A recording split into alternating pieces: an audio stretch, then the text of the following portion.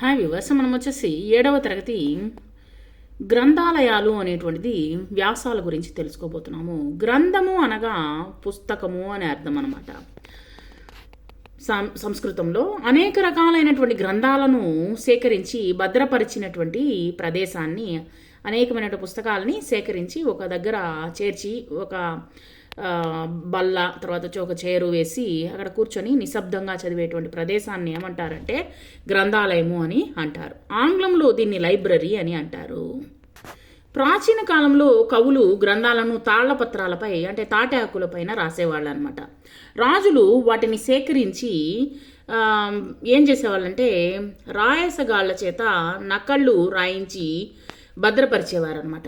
తంజావూరు సరస్వతి మహల్లో మద్రాసు విశ్వవిద్యాలయంలో తాళపత్ర భండారము ఉన్నది.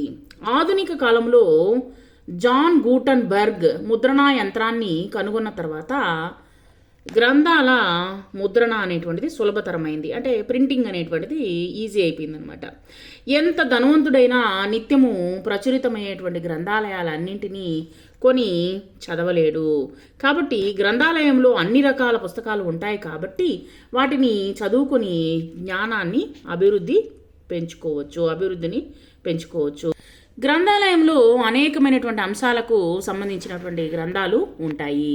పురాణాలు, ఇతిహాసాలు, జీవిత చరిత్రలు, విజ్ఞాన శాస్త్రము, పిల్లలకు సంబంధించినటువంటి పుస్తకాలు, సాహిత్య గ్రంథాలు, వీటితో పాటు దిన, వార, పక్ష అంటే దినము అంటే ప్రతిరోజు వచ్చేటువంటి పత్రికలు, తర్వాత వార పత్రిక అంటే వారంలో ఒకసారి వచ్చేటువంటి పత్రిక, పక్ష పత్రికలు అంటే 15 రోజులకు వచ్చేటువంటి పత్రికలు, తర్వాత మాస పత్రికలు అంటే నెలకి వచ్చేటువంటి పత్రికలు, తర్వాత సాంవత్సరిక పత్రికలు అంటే సంవత్సరానికి ఒకసారి వచ్చేటువంటి పత్రికలు.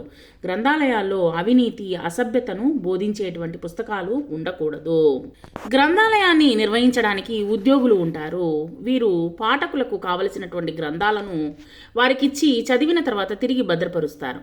పుస్తకాలను నలపకుండా, పేజీలను చింపకుండా జాగ్రత్తగా తిరిగి ఇవ్వాలి. గ్రంథాలయంలో మనకు నిశ్శబ్దం అనేటువంటిది, మనము నిశ్శబ్దతను పాటించాలన్నమాట. నేటి కాలంలో గ్రంథాలయాలు ప్రతి పాఠశాలల్లో, కళాశాలల్లో, విశ్వవిద్యాలయాల్లో ఉన్నాయన్నమాట. అంతేకాక ప్రతి గ్రామము, నగర, పట్టణాల్లో కూడా గ్రంథాలయాలు అనేటువంటివి ఉన్నాయి. కొన్ని గ్రంథాలయాలు ప్రభుత్వంచే నిర్వహించబడుతూ ఉన్నాయి. ఇవి కాక సంచార గ్రంథాలయాలు కూడా ఉన్నాయి.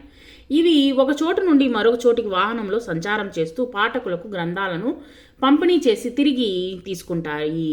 కొన్ని వచ్చేసి సంచారమైనటువంటి ఒక చోటు నుంచి ఇంకో ప్రాంతానికి వెళ్ళి ఆ యొక్క వాహనంలో సంచారం చేస్తూ ఈ విధంగా గ్రంథాలను కూడా పంపిణీ చేస్తూ ఉంటాయన్నమాట. సరే, ఈ గ్రంథాలని చదవడం వల్ల మనకేంటి ఉపయోగాలు అంటే, గ్రంథాలయాల వలన అనేకమైనటువంటి లాభాలు ఉన్నాయి. పిల్లలు, పెద్దలు అందరూ పుస్తకాలు చదివి జ్ఞానాన్ని అభివృద్ధి చేసుకోవచ్చు. పేదవారు ఖర్చు లేకుండా ఉత్తమ గ్రంథాలను చదవగలరు. వారి అభిరుచికి తగినట్లుగా అన్ని రకాల పుస్తకాలు ఒకే చోట లభిస్తాయన్నమాట. మంచి పుస్తకాలు మిత్రుల వల్లే తోడ్పడతాయి. అంతేకాక మనకు కలిగేటువంటి సందేహాలను కూడా తీరుస్తాయి. విద్యార్థులు ప్రతిరోజు గ్రంథాలయానికి వెళ్ళి తమ కాలాన్ని సద్వినియోగం చేసుకోవాలి. గ్రంథాలయాలు ఎక్కువగా ఉన్న దేశంలో వచ్చేసి ప్రజలు విజ్ఞానవంతులు అవుతారు.